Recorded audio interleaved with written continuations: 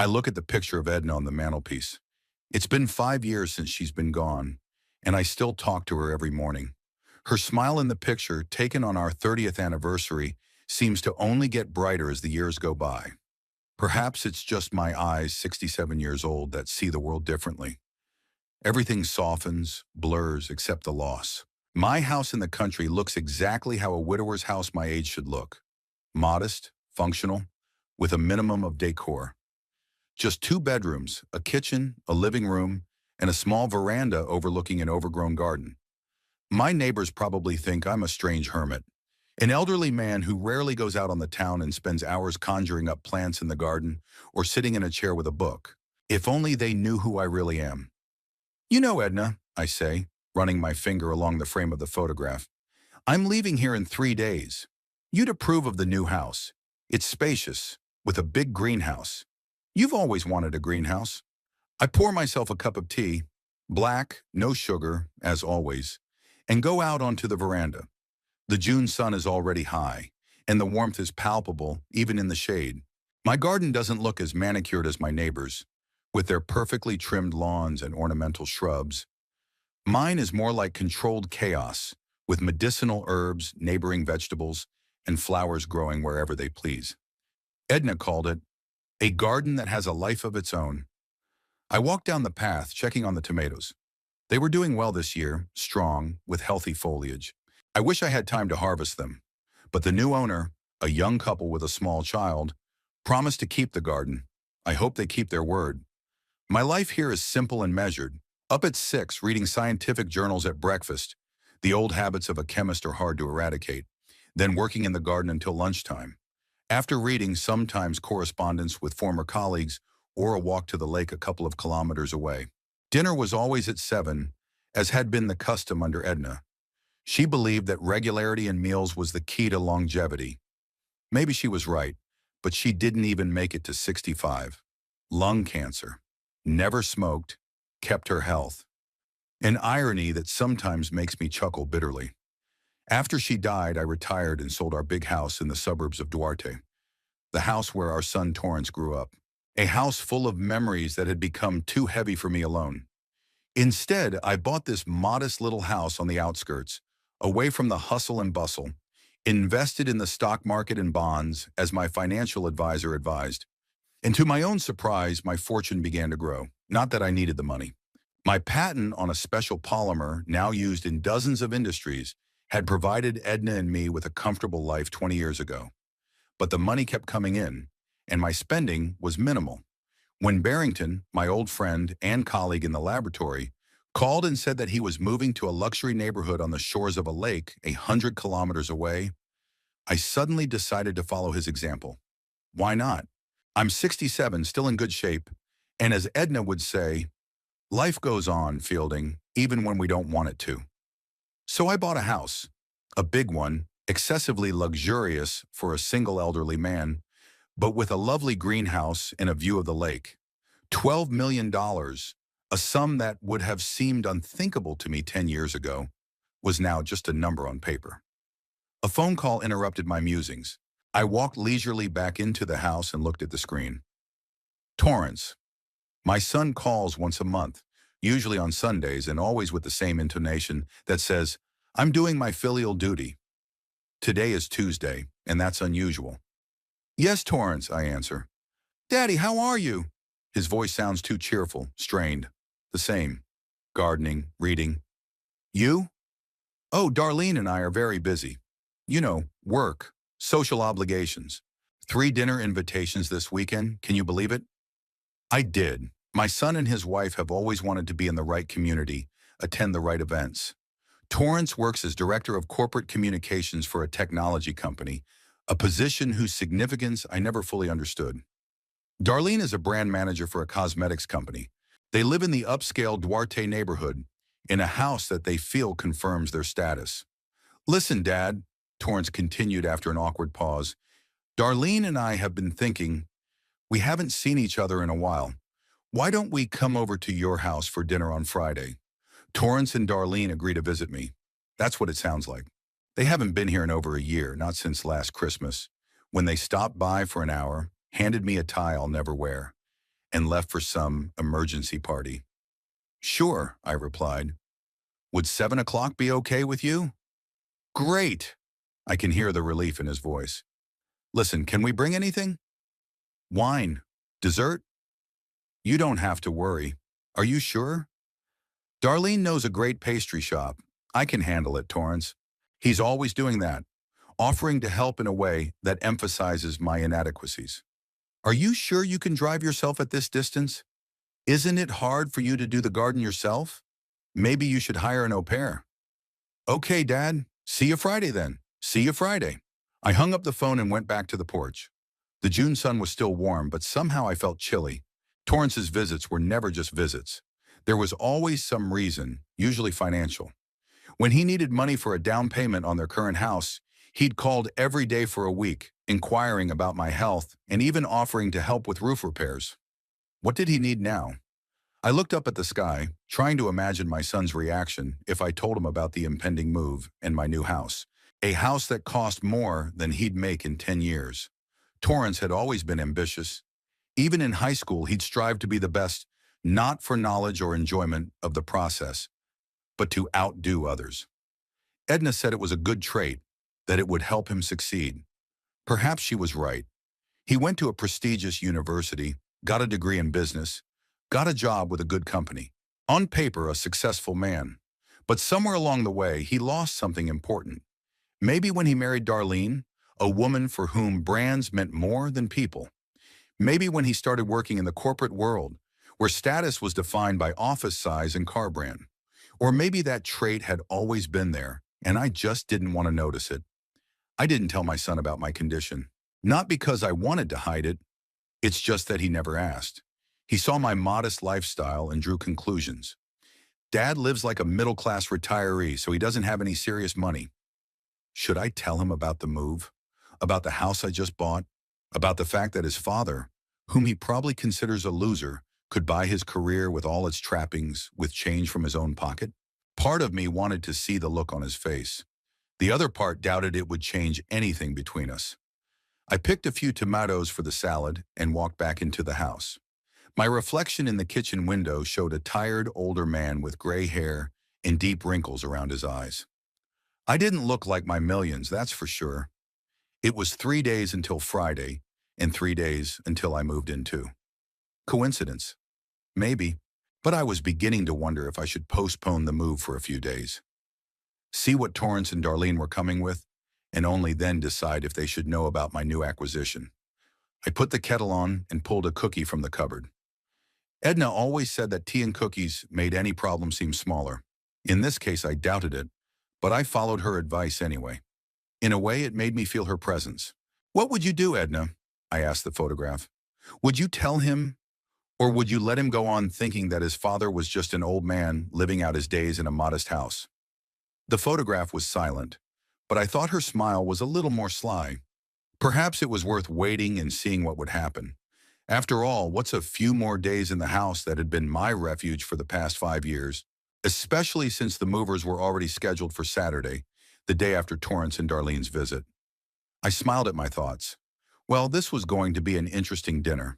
Friday came all too quickly. I'd been busy cleaning the house since morning, though it wasn't much of a mess. Old habits are hard to eradicate. Edna always demanded that the house shine clean before guests arrived. Even if it's your brother, who wouldn't notice the dust even if he got his nose in it, she'd say with a smile. I dusted the bookshelves, scrubbed the floors, and even cleaned the windows, though I usually delegated that to a once-a-month helper. My joints protested against such activity, but there was a strange comfort in the chore.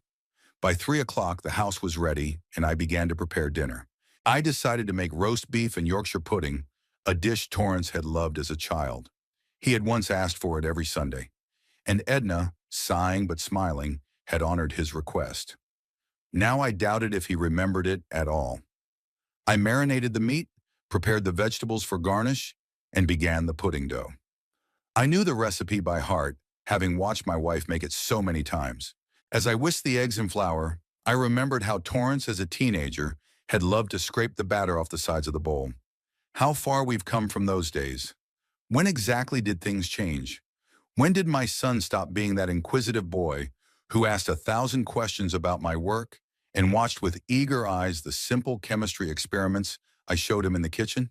Perhaps it started in high school, when he became close to a group of kids from wealthy families, kids whose parents worked in the financial and media industries. Torrance began to feel ashamed of my profession, some chemist, and of our lifestyle, which, while comfortable, did not include luxury cars and vacations to exotic resorts. By the time he was 17, he had firmly decided that he was going to study business administration. "Dad, you're smart, but look at the way you live," he told me then. And Mr. Hollingsworth, Brad's father, runs a hedge fund and drives a Ferrari. I tried to explain to him that I had chosen my life deliberately, that Edna and I could have lived a much more luxurious life, but chose to invest in Torrance's education and a prosperous future. That my patent brought in enough money for us to afford many things, but that ostentatious luxury had never been our value. He listened with that peculiar facial expression that teenagers get when they think their parents are hopelessly behind the curve. Then there was the prestigious university. Edna insisted that we pay his tuition in full, although I suggested that Torrance take out an educational loan, as many people did. "We can afford it, Fielding," she said then. "Let him start a life without debt." 4 years at that university turned my son into a man I barely recognized. He would come home for holidays with designer clothes and stories of parties at his classmates' country homes. He talked about stocks, investments, and business connections as if he had memorized vocabulary from a glossy magazine. He hardly asked about my work, about my research that had once interested him so much, about the books I was reading, even about my mother's health, which by then had begun to deteriorate. I put the finished dough in the fridge and checked the meat.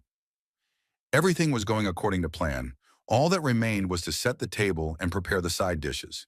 In his 5th year, Torrance met Darlene. She was studying marketing and already had a clear plan for her career. Beautiful, ambitious, with impeccable taste and manners. At first glance, the perfect match for my son. But there was something about her that made me wary. Maybe the overly calculating look in her eyes when she thought no one was watching, or the way she'd looked around the house when Torrance first brought her to lunch. "Your house is so, cozy, Mr. Bramblewood," she said then, and in that cozy, I distinctly heard modest. Edna, always more diplomatic than I, just smiled and said, "We believe a home should be a place to live comfortably, not a gallery to impress guests." Darlene nodded politely, but I could see in her eyes that she didn't understand, or didn't want to understand. They were married a year after graduation. A lavish ceremony at an expensive hotel, 250 guests, most of whom were co-workers or business acquaintances. Edna was crying with happiness, and I looked at my son in his expensive suit and didn't recognize him. Our gift, a check for a decent amount of money, was accepted gratefully, but without much enthusiasm. I later learned that Darlene's parents had given them a trip to the Maldives and a down payment on an apartment in an upscale neighborhood. I glanced at my watch. 5 p.m. 2 more hours until the guests arrived. I pulled the best tablecloth out of the closet, a cream-colored linen tablecloth that Edna had saved for special occasions. I arranged the plates, plain white porcelain, unadorned, but of high quality.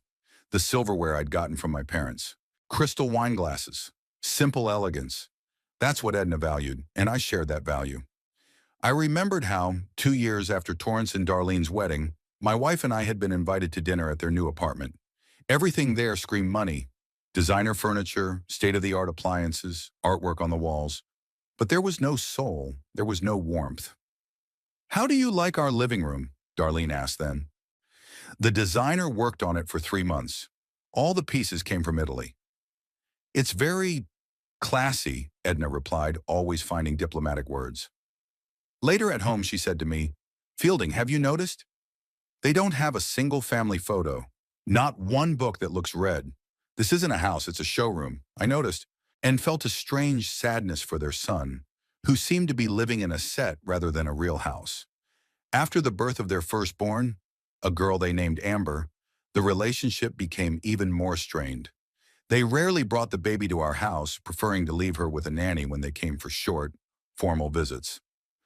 "She has a sensitive immune system," Darlene explained. "The doctor recommended limiting contact."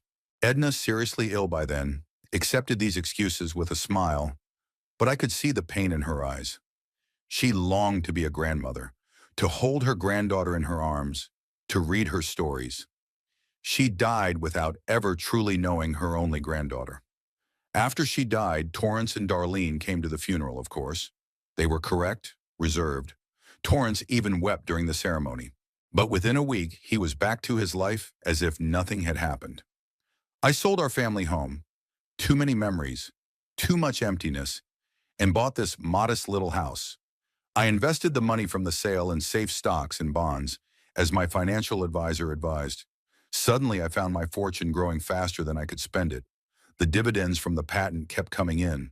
It was a good investment, and my needs were modest. Books, gardening, occasional travel. By the time Barrington, my old friend and colleague, suggested I move closer to him, to the lakeshore, I found I could afford a house I'd never dreamed of before. Finished setting the table, I returned to the kitchen. The roast beef was ready and the Yorkshire pudding was in the oven. I made a salad of fresh vegetables from my own garden and opened a bottle of good red wine to let it breathe. Torrance and Darlene, for all their snobbery, are unlikely to appreciate the quality of this wine. They care more about the label and the price than the bouquet and flavor. But I didn't discover it for them, I discovered it for me. A small treat before what promised to be a challenging evening. I changed into a clean shirt and pants, not too formal, but neat, brushed back my thinning gray hair and looked at myself in the mirror. 67 years old, wrinkles around his eyes and on his forehead. The slouch that had appeared after Edna's death, as if the weight of the loss was pressing physically on his shoulders.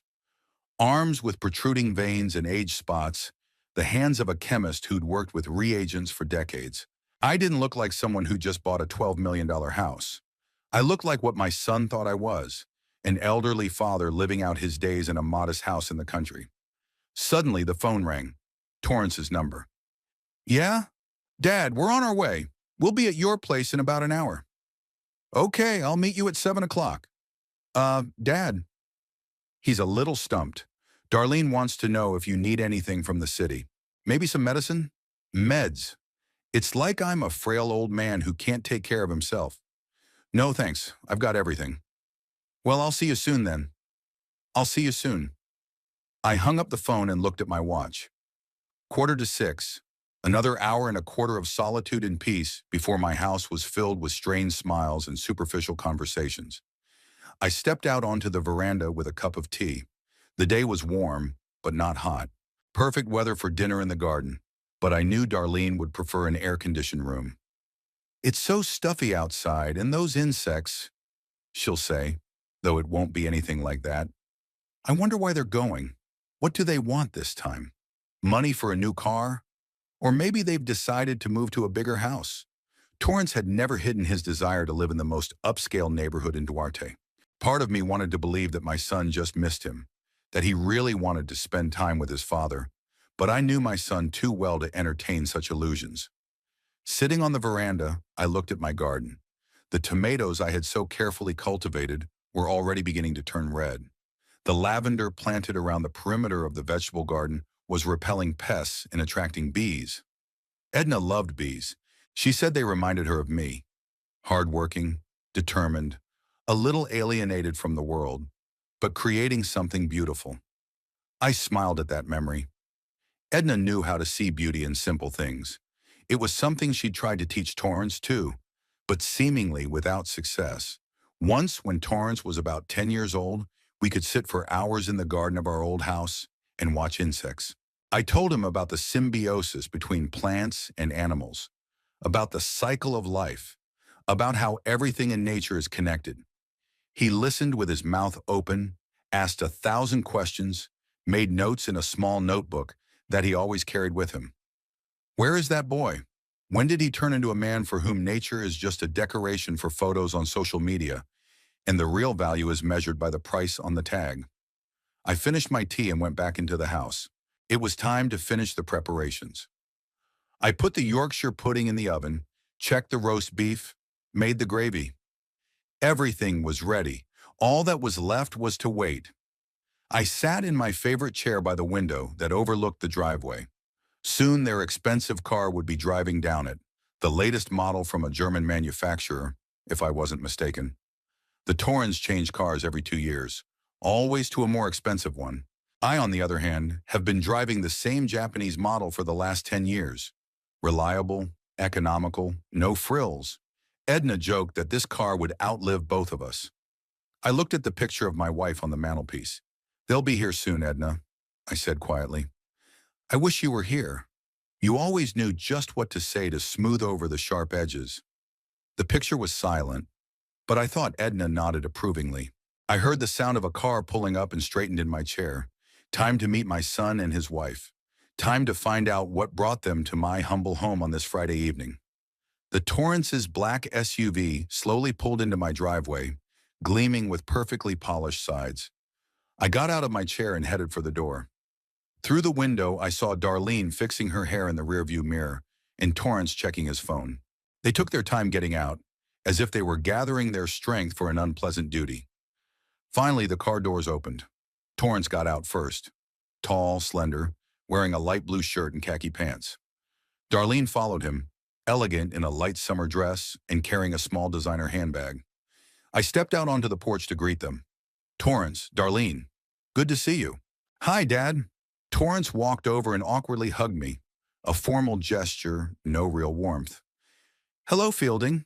Darlene smiled her professional smile, the one I'm sure she used in business meetings. "What a picturesque area you have here." Her gaze slid over my garden, and there was a barely perceptible grimace at the corner of her lips. To her, my chaotic garden was probably as incomprehensible as Sanskrit. "Come on in." I gestured for them to come inside. "Dinner's almost ready." They stepped inside, and I felt their shoulders tense. It was as if they feared the modesty of the setting might be contagious. "Still the same, Dad?" Torrance asked, looking around. "You're not changing anything." "Why change what works?" I answered, heading for the kitchen. "It's your house, of course," Darlene said, following me. "But a little updating never hurts. You know, we recently completely remodeled our living room, changed all the colors, the furniture. It's refreshing. I'm sure it does." I started pulling out dinner plates. "But at my age, you get used to a certain order of things." "That's exactly what I'm talking about." Darlene ran her finger along the kitchen countertop as if checking for dust. "You can't just stay frozen in one pose. Life goes on." "Yes, life goes on," I agreed, pulling a Yorkshire pudding out of the oven. "Torrance, will you help me set the table?" My son, who had been studying the bookshelves in the living room, reluctantly approached. "What's this?" He pointed to the casserole. "It smells familiar. Yorkshire pudding. You used to love it when you were a kid." Torrance froze for a moment, and I thought I saw something like nostalgia flicker in his eyes. But the moment was fleeting. "Oh, right. Mom always made it on Sundays." "Every Sunday," I confirmed, "at your request." Darlene came to the table and looked critically at the table setting. "What an interesting tablecloth. Vintage?" "You could say that. Edna and I bought it before Torrance was born." "Charming," her tone made it clear. "They don't make them like this anymore." "Fortunately," Torrance added with a slight chuckle. I decided to let the remark pass. Instead, I cut up the roast beef and began to plate it. "Wine?" I suggested. "Yes, please." Darlene held out a glass. "What do you have?" I showed her the bottle. She studied the label and raised her eyebrows in surprise. "Not bad, Fielding. I didn't expect you to know about wine." "There are a lot of things in life I know about," I said calmly. "I just don't always talk about it." We sat down at the table, and there was silence for a while, interrupted only by the sound of cutlery. Torrance and Darlene exchanged a few glances, as if deciding who would start the conversation. "How's Amber?" I asked, breaking the silence. I hadn't seen my granddaughter in a while. "She's fine," Darlene replied. "She's at a summer camp for gifted children, 3 weeks of an intensive science and art program." "Sounds impressive." "It is." Torrance cut off a piece of meat. "Cost a fortune, but we're sparing nothing for Amber's education." This is it, I thought. The first hint. Education is important, I agreed. Though sometimes the most valuable lessons aren't learned in classrooms. "Maybe," Darlene took a sip of wine. "But in today's world, you can't get far without the right degrees and connections." "How's work, Torrance?" I decided to change the subject. "Stressful." He pushed his plate away, though he'd barely eaten half of it. "I'm managing a major rebranding project right now." Lots of meetings, presentations. Sounds interesting. Just routine, he shrugged. But a good opportunity to prove myself to the management. If all goes well, I can expect a promotion next year. We've already looked at a house in North Duarte, Darlene added with a dreamy smile. It's a great neighborhood with all the best families in town. And it's probably priced accordingly, I asked, even though I already knew the answer. Yeah, it's not cheap, Torrance looked at his wife again. But it's a great investment. And the prestige of the neighborhood is worth it. I nodded silently and continued eating. They were clearly preparing for something, but they were in no hurry to get to the point. How's your health, Dad? Torrance asked after a short pause. You look well, thank you. I'm in great shape for my age. I go for walks regularly, work in the garden. That's good, he nodded. But still, 67 years old. Ever thought of moving to a place with better infrastructure, with medical facilities nearby? Why? I like it here. It's just, Darlene joined the conversation. Such a big house, a garden that needs tending. It all takes its toll. Big house? My cottage was 3 times smaller than their apartment. I manage, I said. I like taking care of the garden. It keeps me in shape. Sure, Dad, Torrance smiled, but his eyes remained serious. It's just that Darlene and I are worried about you. Living alone, away from the city, I appreciate your concern. I looked him straight in the eye. But let's be honest. You didn't come here to discuss my life here. You have some reason for your visit. Am I right? There was a pause. Torrance and Darlene exchanged glances. Okay, Torrance straightened up. You're right, there is a reason. We wanted to talk about the future. Your future and ours. I'm listening. You see, Dad, he took a deep breath. Darlene and I have really found the perfect house in North Duarte. 4 bedrooms, 3 baths, a large garden for Amber, a prestigious school within a 5-minute walk. And we don't have enough money for a down payment, Darlene interjected. The bank's willing to give us a mortgage, but it requires 30% down. What's the price? $2,700,000, Torrance said. We need $810,000 for the down payment. I sipped my wine slowly, digesting the information. $810,000, an amount I could have written out without thinking, but they didn't know that. And you want me to give you that money? I didn't, Torrance corrected quickly. Borrowed it. We'll pay it back as soon as we sell our current apartment. 6 months at the most. I understand, I nodded. And why did you come to me? Darlene's parents are well-to-do, as I recall. Darlene blushed slightly. We've already spoken to them. They, can't help right now. Dad's having some business problems. I see, I looked at them thoughtfully. And you figured that I, living in this modest house on a pension, could somehow find $810,000? We know you must have saving, Torrance said, from the sale of your old house, from your job. And how do you envision that? I give you all my savings and live on what? Not everything, of course, Darlene hastened to assure him. Just what you can, and we'll pay you back with interest. With interest, I repeated. That's generous. Listen, Dad, Torrance said, stepping forward. This isn't just a house. It's an opportunity for Amber to grow up in the right environment, to go to the best school. It's a chance for me to advance my career. 3 members of our company's board of directors live in that neighborhood. I understand, I nodded. It's all about status and connections. It's not just that, he objected. It's an investment in our family's future. Your granddaughter, who I see once a year if I'm lucky. Torrance jerked as if he'd been slapped. That's not fair. You know what our schedule is. Work, social obligations. Yeah, I know. I got up to put the plates away. There's always something more important. You don't understand. Darlene stood up too. In today's world, you can't just exist. You have to move forward, build connections, create an image. Image? I grinned. Yeah, you're good at that. What do you mean? Torrance's voice became tense. Nothing much. I started to put the dishes in the sink.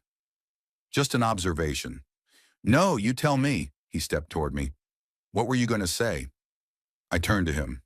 Okay, my point was that you're both obsessed with appearances, not substance. You care more about what your neighbors and coworkers think than you do about real relationships. Even now, when you ask for money, you're not talking about needing it. You're talking about the right environment and career advancement. That is reality, Torrance raised his voice. You're stuck in the last century with your ideas about life. Perhaps I agreed. But in this last century, kids didn't visit their parents when they needed money. We came for nothing, Darlene interjected. At Christmas, remember? C'est fou. Yeah, for an hour, with a gift I never used and an obvious desire to leave. It's not fair, Torrance blushed with anger. We do the best we can. We have our own lives, our own obligations. Of course, I went back to washing dishes. And right now, one of those obligations is to find $810,000 for a house you don't need, but which will raise your status. We need it. Torrance was practically yelling now. You just don't understand, because you've been content with little all your life. Never strive for more. I turned to him slowly, wiping my hands with a towel. You think so? Yes. He pointed to the kitchen, to the living room. Look around you. You live like a hermit, in a house that should have been torn down a long time ago, with furniture that's older than me. Torrance, Darlene put her hand on his shoulder, trying to calm him down. Let's not. No, Darlene, let him speak. I looked directly at my son. Let him say what he thinks. All right, Torrance shook off his wife's hand. I will. You've always been like this. Modest beyond belief, without ambition, without aspiration for the best. Mom at least tried to make things cozy, and you just exist. And you know what? I'm ashamed to invite my colleagues to visit and show pictures of my family, because they will see that my father lives in this shithole. Torrance! Darlene looked shocked, but he couldn't stop now. Yes, he did. You're living in this hole because you're nothing. You've never accomplished anything. Your patent, yeah, it made some money, but you couldn't even use it properly. Instead of investing, developing, you're just rotting here. And you want me to be like that? There was silence in the room. Darlene stood with her mouth open, clearly not expecting such an outburst. Torrance was breathing heavily, his face red with rage. And I felt strangely calm, like everything was falling into place. Finished? I asked quietly. Yes, he breathed out, suddenly realizing what he'd said. Dad, no, don't apologize, I held up my hand. You said what you really think. That's good. Honesty is rare these days. I went into the living room and got a clipboard out of my desk drawer. I turned it on and opened up a gallery of photos. You know, I was going to tell you tomorrow, but I guess the time has come now. Tell me what? Darlene glanced nervously at her husband. I'm moving, I said simply. Tomorrow. Everything's already packed except the essentials. You're moving?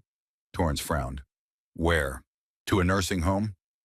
I smiled and handed him the clipboard. No, here. On the screen was a picture of my new home, a 3-story mansion made of glass and stone, with huge panoramic windows overlooking the lake. Impeccable landscaping, including a greenhouse the size of my current house. Torrance stared at the photograph, not understanding. What is this? My new house, I paused. It's worth $12 million. Darlene, peering over my husband's shoulder, made a strange sound, something between a sigh and a sob. Is this a joke? Torrance flipped through the photos with trembling fingers. Where'd you get that kind of money? Remember that patent you were just talking about? I sat back in my chair, watching their reactions. It didn't bring in some money, it made millions. And then I invested it in tech stocks, the very ones you so love to refer to in your modern world talk. But Torrance sank down on the couch, still clutching the clipboard. But why didn't you ever talk? Why did you live here like a lowlife? I finished for him. Because I didn't need to prove my worth by the size of my house or the make of my car. Because frugality and prudence are values I was raised with, and which I have tried unsuccessfully to instill in you. Darlene sat down next to her husband, her face white as chalk. Fielding, we didn't know. If you had only known I was rich, would you have treated me differently? I shook my head. That's exactly why I didn't speak up. Torrance swallowed, his pride struggling with shock and perhaps shame.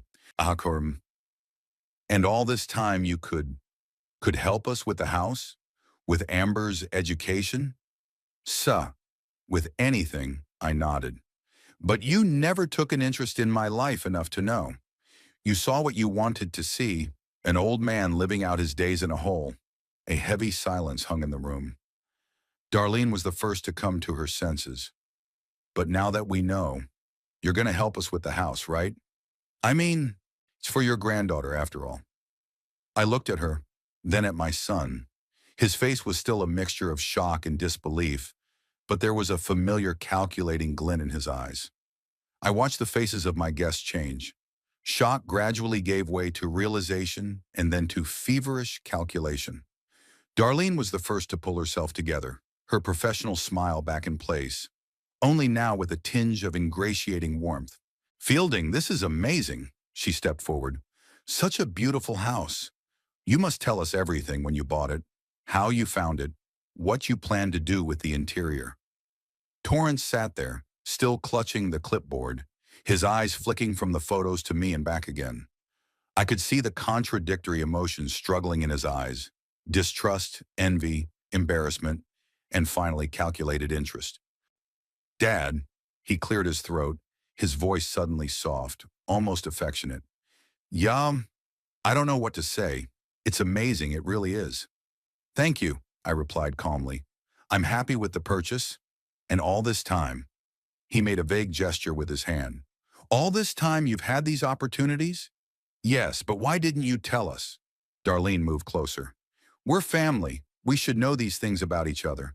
I looked at her carefully. It was exactly the question I had expected. Did you ask? I answered question for question. When was the last time one of you was interested in my life? What I do? What I do besides gardening and reading books? There was an awkward pause. Torrance and Darlene looked at each other. We thought we knew, Torrance finally said. You retired, moved here. We thought you led a quiet life, which didn't stop you from treating it with disdain, I said without anger, more of a statement of fact. No, not at all, Darlene shook her head. We've never, I mean, maybe we were a little insensitive, but only because we were worried about you. This house is so old, the neighborhood isn't the safest. The neighborhood's perfectly safe, I interrupted her. And the house is in good condition, just not as pretentious as your apartment. Darlene blushed a little, but she got over it quickly. Of course. That's not what I meant. It's just, she paused, searching for words. It's just that we didn't realize you had a choice. Thought you lived here because it was all you could afford.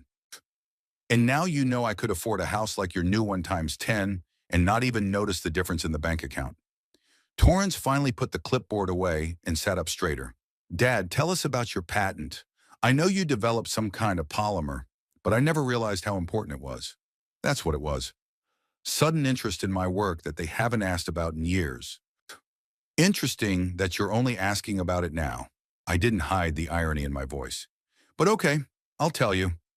I went to the bookshelf and pulled out a folder with documents. I pulled out several sheets of chemical formulas and diagrams. In the 80s, Barrington and I worked on a new type of polymer with improved insulating properties. Initially for military purposes, they wanted a material for extreme temperatures. But during the research process, we discovered that our polymer has a unique molecular structure that allows it to be both lightweight, strong, and incredibly resilient. I laid out the schematics on the table. Torrance and Darlene looked at them with feigned interest. So, now this material is used everywhere from the space industry to medicine. Every modern airplane has components made with our technology. Every high-tech prosthetic limb, every satellite in orbit. That's impressive, Darlene smiled. You never told us these details. You never asked, I shrugged. To you, I was just some chemist out there. Torrance shuddered when he heard his own words, spoken years ago. I was a stupid teenager, Dad. Didn't realize the value of a real job. Maybe, I gathered the papers back into the folder. Anyway, the patent made millions, and then I invested in technology companies, early on when the stock was worth pennies. Apple, Microsoft, later Google, and Amazon. And a few startups you've probably never heard of, but are now worth billions. Did you do all of this yourself? Darlene asked with poorly concealed surprise. Without financial advisors? I had a consultant, a good one, but I made the major decisions. Chemists, have an analytical mind. We can see potential where others see only chaos. Torrance listened intently, a look on his face that I hadn't seen in years. Genuine admiration. It's amazing, Dad. It really is. I had no idea. Of course you didn't. I sat back in my chair. You were too busy building your own image to be interested in your father's real accomplishments. The words sounded harsher than I'd intended, but I didn't soften them. For too long I'd been silent. For too long I'd tolerated their condescending attitude. Darlene put her hand on Torrance's knee, as if warning him not to react to my tone. Fielding, she smiled her most charming smile. That's a truly impressive story. You should be proud of yourself, and we are proud of you, aren't we, Torrance? Yes, he nodded, coming to his senses quickly. Dash. Absolutely. It changes everything. Changes what exactly? I asked, even though I knew the answer. Well, our perception of you, of course. Darlene laughed lightly, as if we were discussing the weather, and not a perception that had just been turned upside down, and perhaps our plans for the future. Here it is, the first step toward what I expected. What plans? I pretended not to understand. Well, she glanced over to Torrance. Now that we know about your options, maybe we could spend more time together. Amber sees her grandfather so rarely, and your new house looks just perfect for family gatherings. Yeah, Torrance said. And maybe we could help you set it up. Darlene has a great eye for interior design. And I could organize the move, help with the paperwork. I watched their faces carefully, how quickly they changed from dismissive to concerned and involved, all because of a number with 6 zeros. That's very nice of you, I smiled. But the move is already organized. A team of movers will arrive tomorrow morning at 10 o'clock, and the interior will be done by a designer recommended by the real estate agent. Sonrum? Oh, but professional designers are so expensive. Darlene shook her head. And they often impose their ideas. I could customize it to your preferences. For free, of course. Thank you, but I've already signed a contract. I took a cup of tea from the table. And I'm quite happy with the concept. Torrance looked a little discouraged, but quickly changed tactics. All right, Dad, whatever you say. But we'd still like to be more involved in your life, especially now that we know what you've accomplished. Especially now, I repeated with a slight chuckle. Interesting wording. Darlene cast a warning glance at her husband, but he didn't seem to notice my irony. Yes, I mean, we realize now that we underestimated you, and we want to correct that mistake. I understand, I nodded. And how exactly do you want to correct that mistake? They looked at each other again, as if silently deciding who would speak. Finally, Darlene took the lead. Well, for one, we could visit you regularly in your new home. Bring Amber. Maybe even spend weekends or holidays with you. That would be wonderful, I agreed. I'd love to get to know my granddaughter better. Great, Darlene's glowing. And while we're on the subject of family, our home in North Duarte. Now that we know what you can do, maybe you'll reconsider our request. Here it comes. Straight to the money. Faster than I expected. My attitude toward your request, I paused, choosing my words. You mean the request for $810,000? Yes, she nodded enthusiastically. Now that we know that to you it is a not such a large sum, we're hoping you might be able to help us.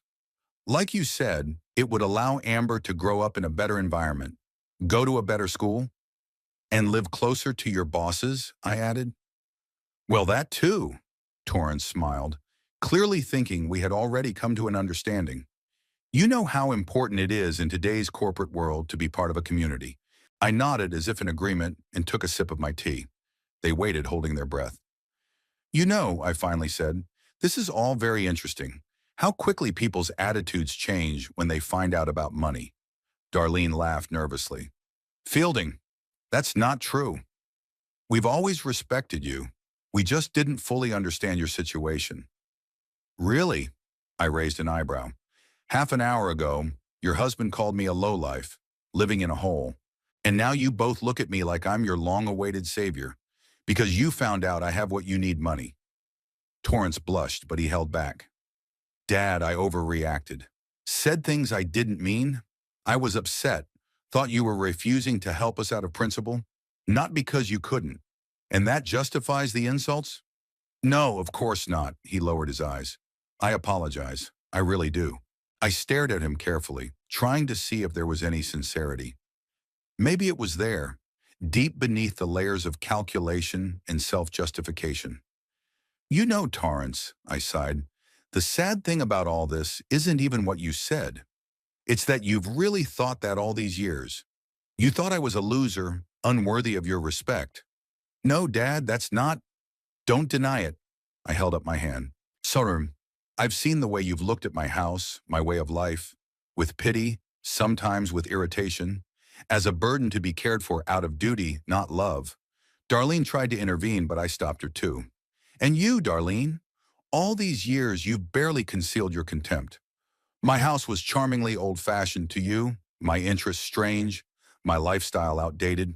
Tomari, Fielding, that's not true, she tried to object, but her eyes gave her away.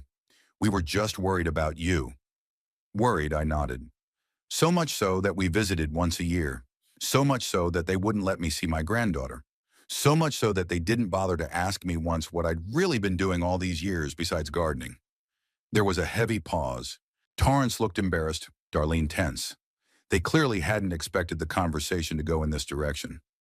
Look, Dad, Torrance finally said, we made a mistake. A lot of mistakes. But we can fix ourselves. Start over. Be a real family. A real family, I repeated thoughtfully. And what does a real family mean to you, Torrance?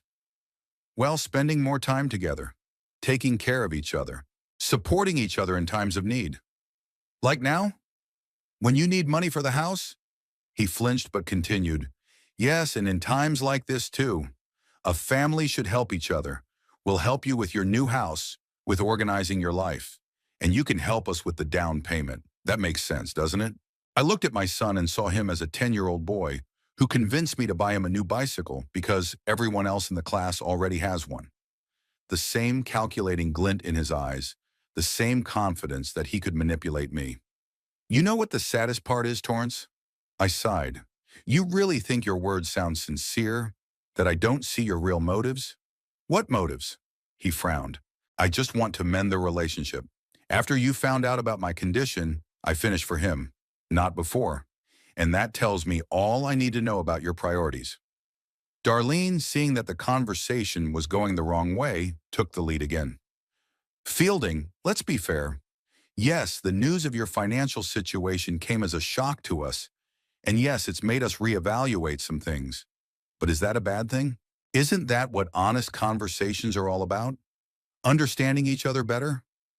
Open conversations, I chuckled, which for some reason we hadn't had all these years. Maybe we weren't all ready, she continued, her voice soft, persuasive. But now we're here, speaking openly, and wanting to move forward as a family. I looked at my sister-in-law and almost admired her manipulative skills. She was good. Smooth transitions, soft intonations, unobtrusive compliments. No wonder she excelled at marketing. Like a family, I repeated. And the first step toward that bright future is that I'm giving you $810,000. You're not lending it, Torrance corrected quickly. We'll pay you back as soon as we sell our apartment. Sure, I nodded. And when do you plan to sell it? They looked at each other again. Well, first we have to buy a new house, move in, get settled, Torrance began. Then you have to get the place ready to sell, find a buyer. Could take 6 months, a year at the most. A year, I nodded. And all that time I'm just supposed to wait for you to give me my money back? We can make it official, Darlene intervened. A loan agreement. With interest if you want. With interest, I smiled. That's nice. Dad, Torrance leaned forward, his voice almost pleading. This is our chance. A chance for the whole family. A home in North Duarte will open doors that are closed now. I'll be able to advance my career. Darlene will be able to make useful acquaintances. Amber will attend the best school in town. And that's all that matters to you, I finished for him. Career, networking, status. Not relationships, not values, not real intimacy. No, of course, that too, he looked slightly annoyed. But you can't deny the importance of social standing in today's world. I can't, I agreed. And I don't deny it. It's just never been a priority for me. And look where that got you, Torrance suddenly exclaimed, and then hesitated when he realized what he'd said. I know what you meant. I couldn't help smiling. And yes, my path led me to a $12 million house by the lake. It's funny, isn't it? Darlene tried to save the situation. Fielding what Torrance wanted to say. I know exactly what he meant, I interrupted her. And it only confirms what I already knew. For you, form is more important than substance. The appearance of success is more important than its essence. I stood up, signaling that the conversation was over. It's late. I have a big day tomorrow. Moving day. Torrance and Darlene exchanged panicked glances. Their plan was clearly not going as they expected. Wait, Dad, Torrance stood up as well. We're not done talking yet. What about the loan? Will you help us? I looked at my son, a grown man with gray hair on his temples, a department director at a large company, a father of a family.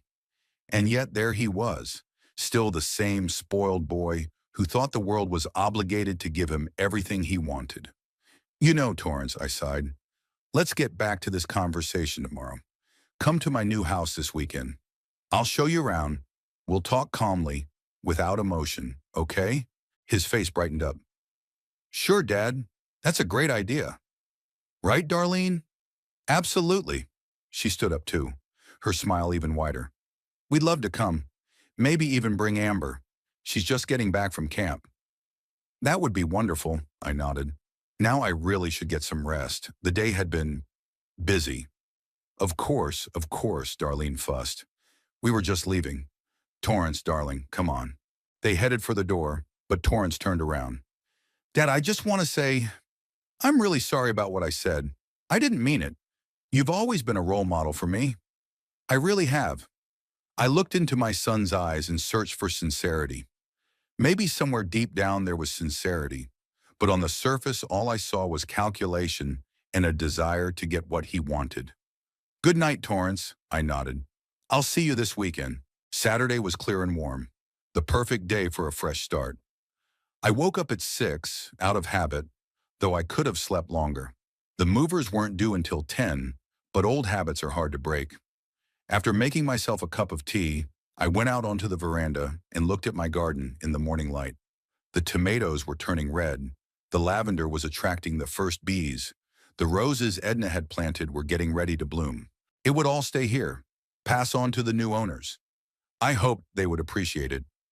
My thoughts inevitably returned to last night, the shock on Torrance's face when he saw the pictures of my new home, to the instant change in Darlene's demeanor, as if someone had flicked a switch, to their clumsy attempts to smooth over years of neglect with a couple compliments and fake interest. I felt no schadenfreude, only weariness and some quiet sadness. Things could have been different if they had once shown genuine interest in my life, if they had once looked beyond their ambitions and ideas about status. But as the years went by, nothing changed. And last night only confirmed what I had long suspected. For them, I was not a father or father-in-law, but only an obligation that had to be fulfilled with a minimum of time and emotion. My phone rang, interrupting my musings. Torrance's number. 7 o'clock on a Saturday morning, atypical for him. Good morning, Torrance, I answered. Dad, hi. His voice sounded cheerful, almost excited. You didn't wake me? No, I was up a long time ago. Good. Listen, Darlene and I were thinking maybe you need help moving. We could come over, help pack, watch the movers. Really? Sudden concern after years of indifference? Thank you, but it's already organized. I don't have a lot of stuff. Professional movers can handle it. Oh yes, of course. He sounded a little disappointed. But we'd still like to help. Maybe with organizing the furniture in the new house? Or unpacking? And that's all taken care of. The interior designer will be here on Monday to set everything up. Okay, pause. Well, then we'll just come and see you tomorrow like we said we would. Get to know your new home. I'll be waiting. Great. By the way, Dad. He paused for a moment, as if searching for words. I want to apologize again for yesterday.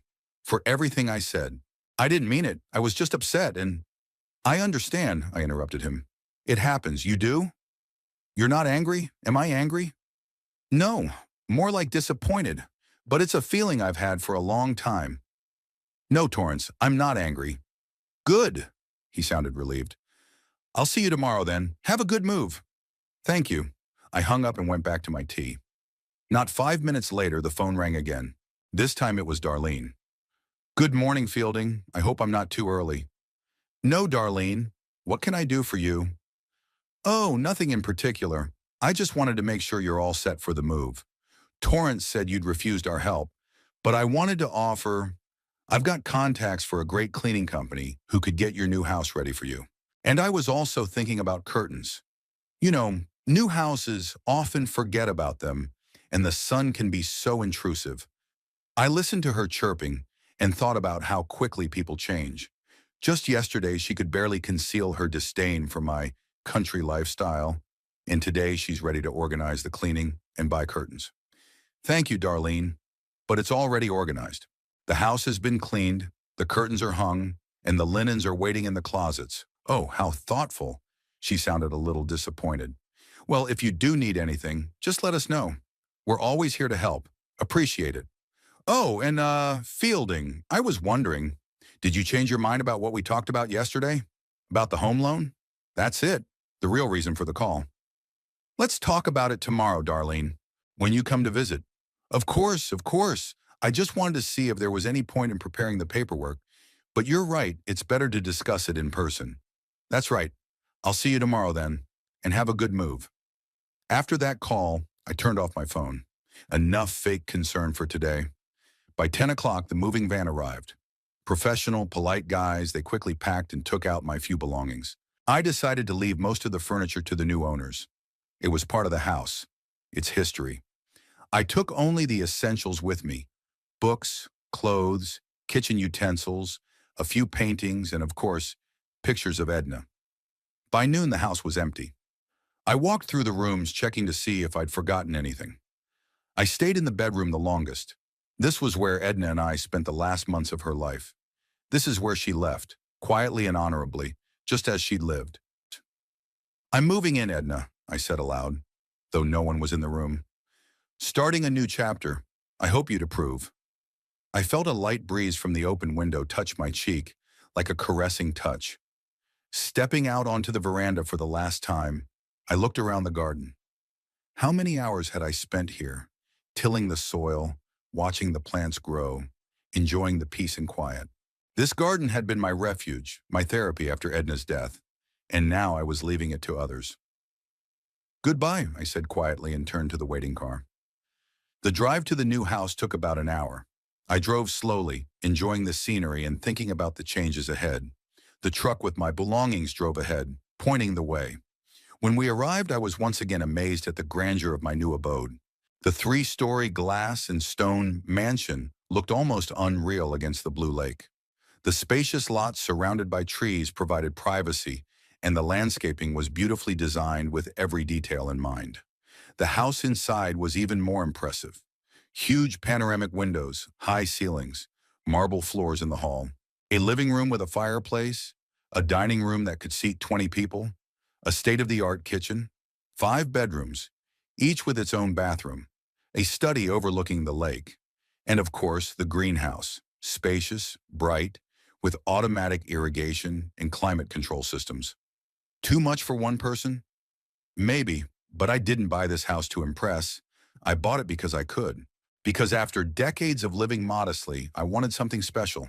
And because Barrington lived only a few kilometers away. The movers unloaded my belongings quickly, arranging the boxes into rooms according to the labeling. I gave them a generous tip and was alone in my new home. The silence was different here. Deep, quiet, without the usual sounds of the old house with its creaking floorboards and humming pipes. I walked through the rooms, getting used to the space, opening the windows, letting in the fresh air and the smell of the lake. In the study, I unpacked the first box, the one with the photos, put Edna's picture on the desk. She was smiling from the portrait, as if approving of my choice. "What do you think?" I asked her. "Not too pretentious?" At that moment, the doorbell rang. I was surprised and I wasn't expecting anyone. Maybe the real estate agent had decided to check up on me. When I opened the door, I saw Barrington, a tall, thin man with a mop of gray hair and lively brown eyes. Fielding! He opened his arms. Welcome to our corner of paradise. Barrington! I hugged my old friend. How did you know I was already here? The agent called, said you'd arrived. I thought, why not visit my neighbor? He handed me a bottle of whiskey, a housewarming gift. Come on in, I invited him inside. Don't be too hard on me, I haven't unpacked yet. Barrington whistled as he looked around the spacious hall. Wow, you didn't trifle, old boy. If I'm going to do it, I'm going to do it well, I shrugged. Come on, I'll show you the house. We went through all the rooms and Barrington was not stingy with his comments. He was always like that, open, emotional, saying what he thought. The exact opposite of my reticence. Perhaps that's why we got along so well. We complemented each other. We finished our tour of the greenhouse and settled into chairs overlooking the lake. I opened the whiskey I had given us and poured us each a glass. To new beginnings, Barrington proposed a toast. To new beginnings, I agreed, and we drank. The whiskey was excellent, bittersweet, with a long aftertaste. Like our friendship with Barrington's 6 decades of working, arguing, discovering, and supporting each other. So tell me, he leaned back in his chair, how was the move? Was it smooth? More or less, I nodded. I didn't have a lot of stuff, so it wasn't too difficult. How did Torrance react to your move? Barrington was always on point. Does he even know about your new home? I sighed. He does. And the reaction was, predictable. Let me guess, Barrington grinned. First shock, then questions about money, then sudden interest in your life? Exactly. I couldn't hold back a smile. You've always been able to read people. Not people, but situations. He took another sip. That was my bread in the lab, remember? Predicting reactions. I remember. You were rarely wrong. So what happened? Tell me more about it. And I did. About last night's dinner, about Torrance and Darlene's request for $810,000 for a down payment on the house, about my son's outburst of anger and insults, about my decision to show pictures of the new house, about the instant change in their behavior. Barrington listened attentively, occasionally nodding or frowning. When I finished, he was silent for a long time, fiddling with his glass. You know, Fielding, he said at last, I've always wondered how money changes people's attitudes. It's not the people themselves that change. No, they stay the same. It's just that money, like a litmus test, reveals their true nature. Good point, I nodded. Torrance and Darlene hadn't changed yesterday. They just showed who they've been all along. So what are you going to do? Give them the money? I looked out at the lake, at the sun's glare playing on the water. That's a good question. What am I going to do? I don't know, I answered honestly. Part of me wants to just say no and see how they react. Another part of me thinks maybe this is a chance to mend the relationship, at least with my granddaughter. Barrington shook his head. A relationship built on money isn't a relationship at all. It's a transaction. And as soon as the money runs out, so does the relationship. I know, I sighed. But it's not Amber's fault. Maybe it's worth a shot for her sake. Maybe, he didn't argue. But there's a difference between helping your granddaughter and indulging your son and daughter-in-law. We were silent for a moment, thinking of our own things. Barrington had known Torrance since he was a boy, had seen him grow and change. His opinion was valuable to me. You know what's funny? I finally said it. All my life, I've been trying to teach Torrance that money isn't what matters. It's who you are, what you do, how you treat people. And the result is that he evaluates himself and others solely on financial metrics. Children rarely listen to their parents, Barrington said philosophically. They watch them, and they choose what they see, what they like. Torrance has seen me work day and night on my research. He's seen me turn down more lucrative offers for interesting projects. He's seen me and Edna live modestly, without luxury, and he still chose a different path. Because it was his choice, Barrington shrugged. Not yours. You can show the way, but it's up to him to follow it. I nodded, recognizing my friend's point. We were silent again, enjoying the view and the whiskey. They're coming tomorrow, I finally said. Torrance, Darlene, and maybe Amber. They want to see the house and, of course, continue talking about money. What are you going to tell them? I haven't decided yet. I shook my head. Part of me wants to teach them a lesson. The other part is just tired of it all and wants to finish the story as quickly as possible. Barrington looked at me carefully. Dash, you know what I think, Fielding? You've always been a man of principle, always stood up for what you believed in. Don't change that now. Principles, I grinned. Sometimes they come at a price. Always, he nodded. But without them, we're just empty shells. Weather vanes that turn in the wind. I knew he was right. All my life I had been guided by certain principles: honesty, hard work, modesty, respect for others. These principles have guided my decisions, my relationships, my path. To abandon them now at the end of my life would be to undo everything I've been. Thank you, Barrington, I smiled at my friend. You always did have a way of clearing things up. That's what friends are for, he raised his glass, to principles and to those who are true to them. We drank, and the conversation turned to other topics, our former projects, mutual acquaintances, plans for the future. Barrington talked about fishing on the lake, about local restaurants, about quiet corners where we could walk and ponder in peace. It was getting evening when he finally headed home. Tomorrow will be a big day, he said as he stood at the door. Remember, whatever you decide, I'll be there for you. And if anything, I'm only a couple kilometers away. I know, I shook his hand. Thanks for the visit and the whiskey. You're welcome, neighbor, he winked. I'll see you the other day. Maybe we'll go fishing. I'd love to. After seeing Barrington off, I went back inside. The evening light colored the rooms in warm, golden tones. I stood at the panoramic window, watching the sun slowly sink below the horizon, painting the lake in reds and oranges. My phone, which I'd turned on since arriving, beeped. A new message. From Torrance. Dad, Darlene and I are so happy for you and your new home. We can't wait until tomorrow to see everything with our own eyes.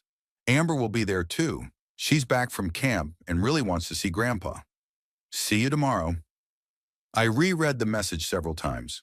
Formal politeness, feigned excitement, and of course the mention of Amber. The trump card they played when they needed to influence me. I was sad. Sad that my relationship with my only son had come down to this. To fake smiles and calculated manipulation. Sad that I didn't really know my granddaughter. Saw her only in rare photos and even more rare meetings.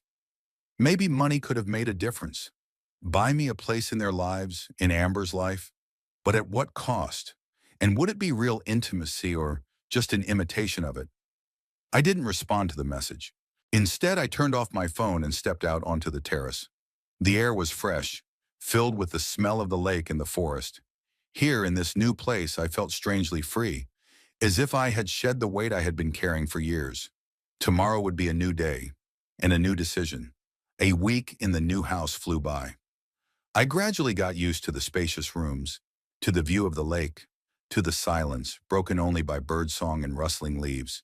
The interior designer, as promised, arrived on Monday and helped me to arrange furniture, choose accessories, create cozy corners in this seemingly too large space for one person. I had already started planting the first plants in the greenhouse, mostly herbs and flowers from the old garden. I planned to create my own little kingdom here, a place where I could spend hours tending to my green pets and reflecting on life.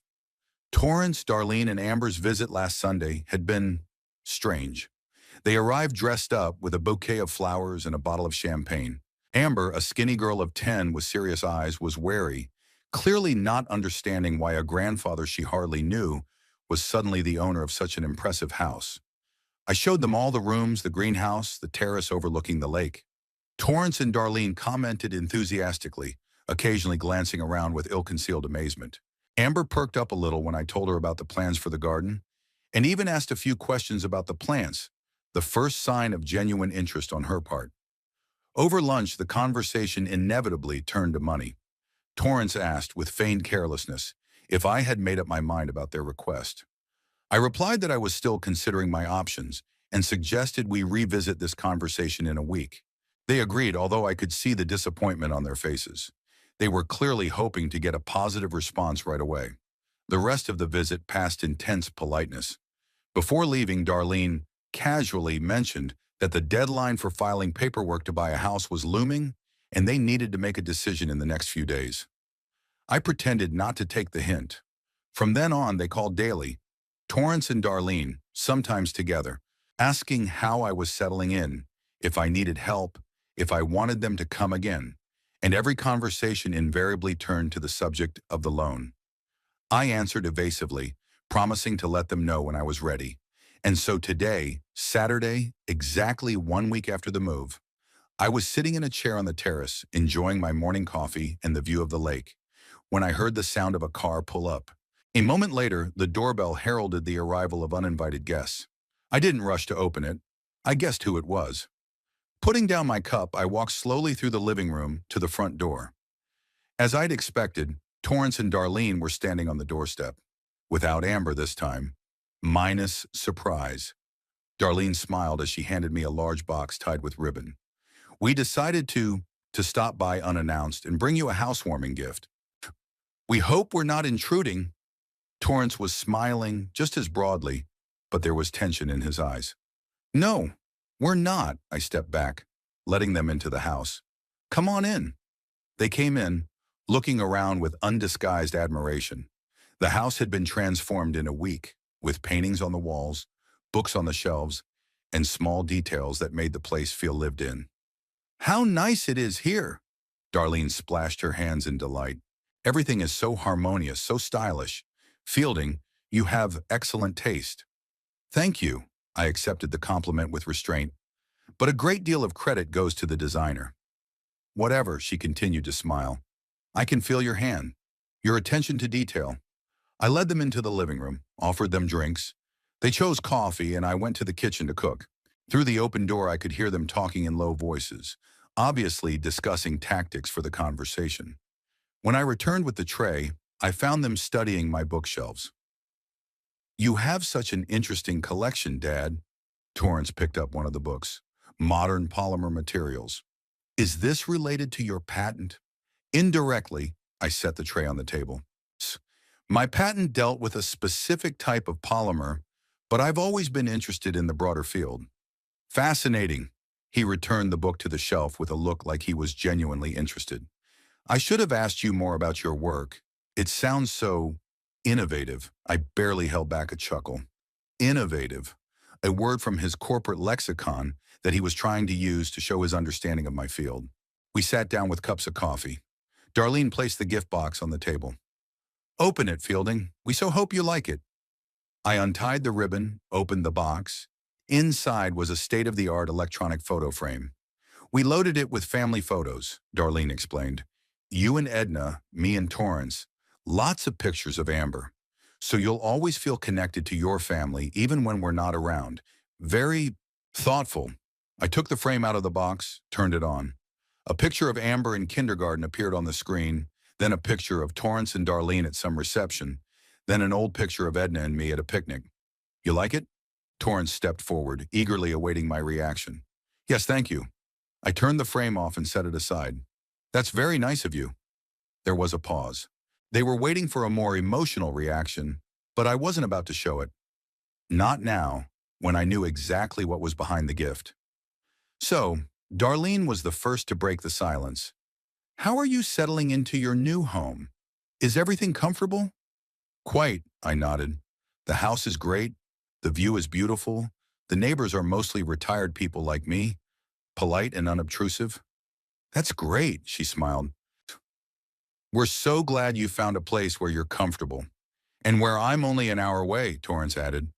We'll be able to visit you a lot more often now. I was glad. I sipped my coffee, waiting for them to get to the real purpose of the visit. I didn't have to wait long.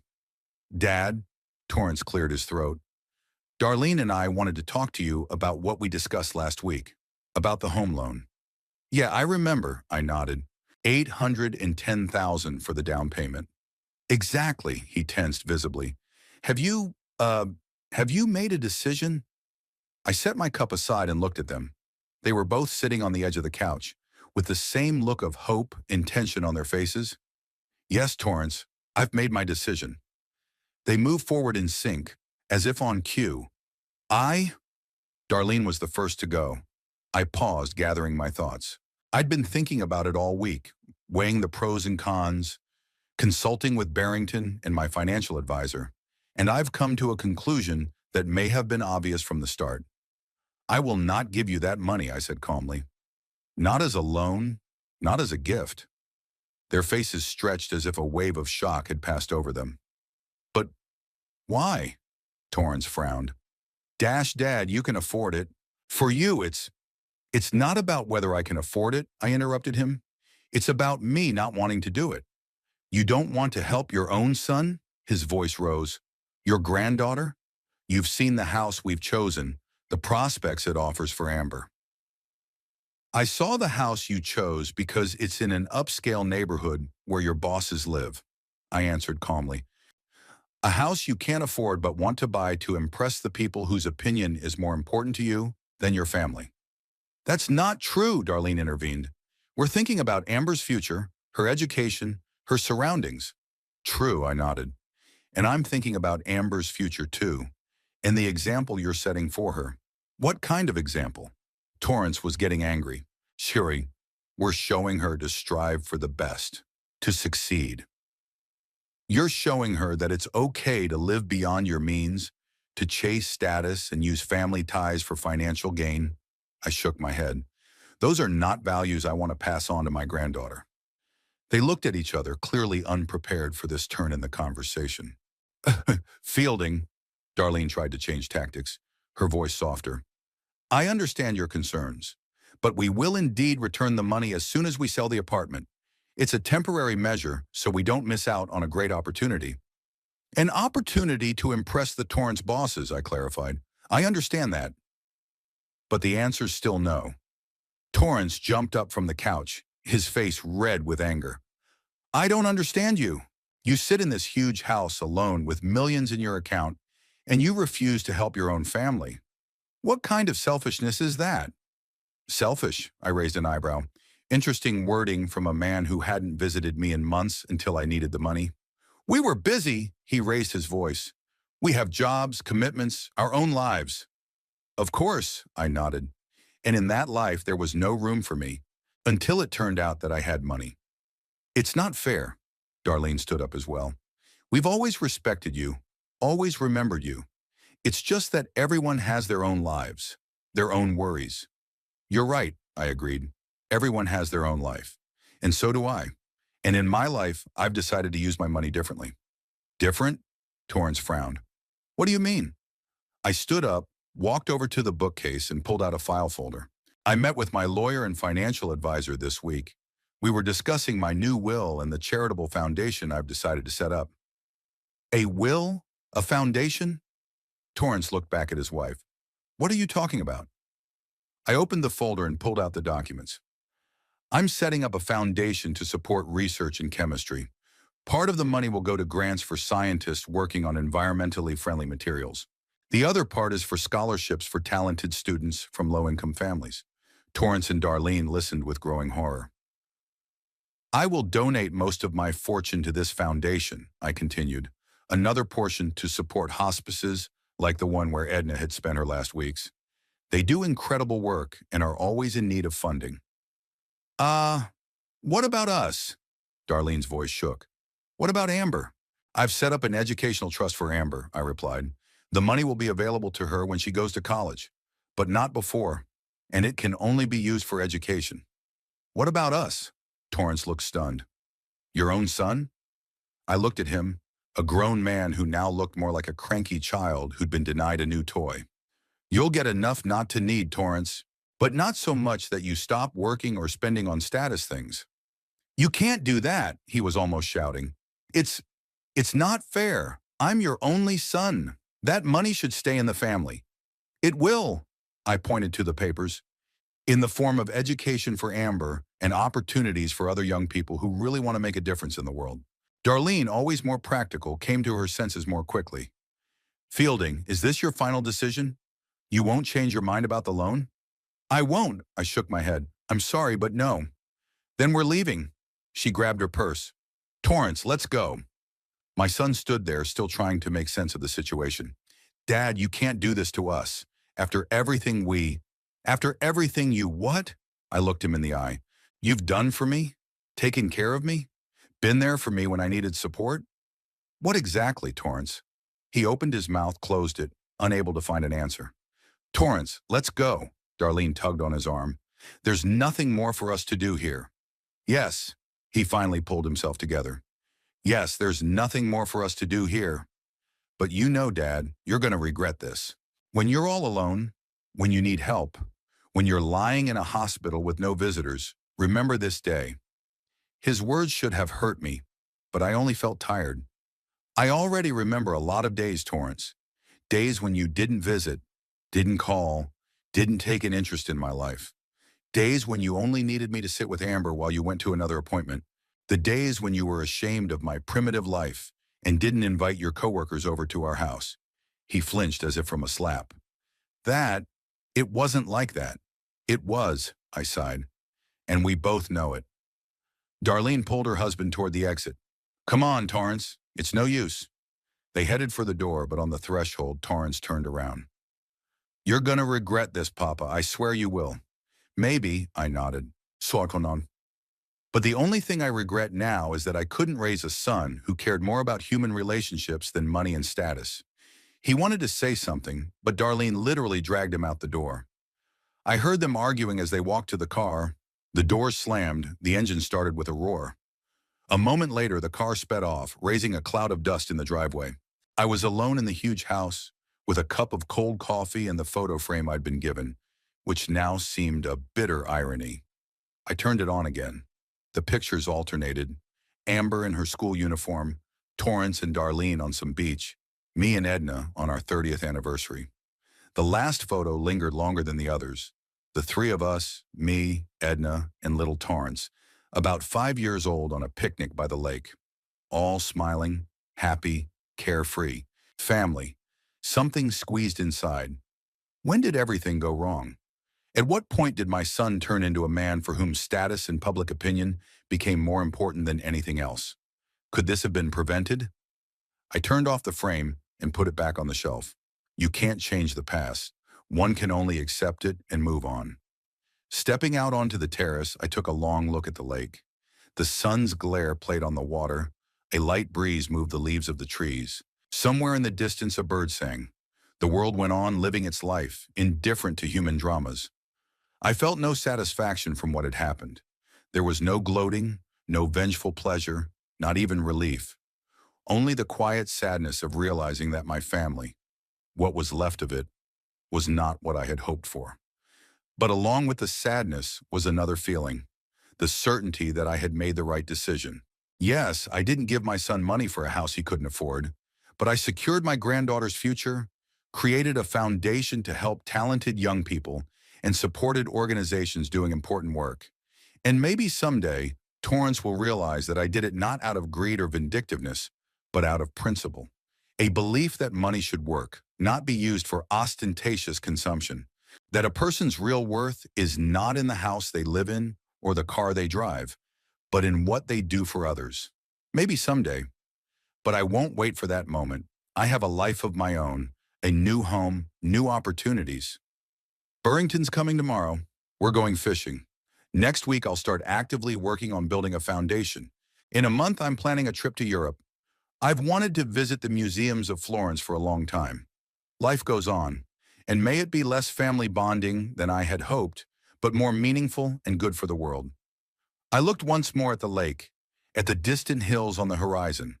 Somewhere out there beyond them, people were still living, making plans, dreaming, making mistakes, loving.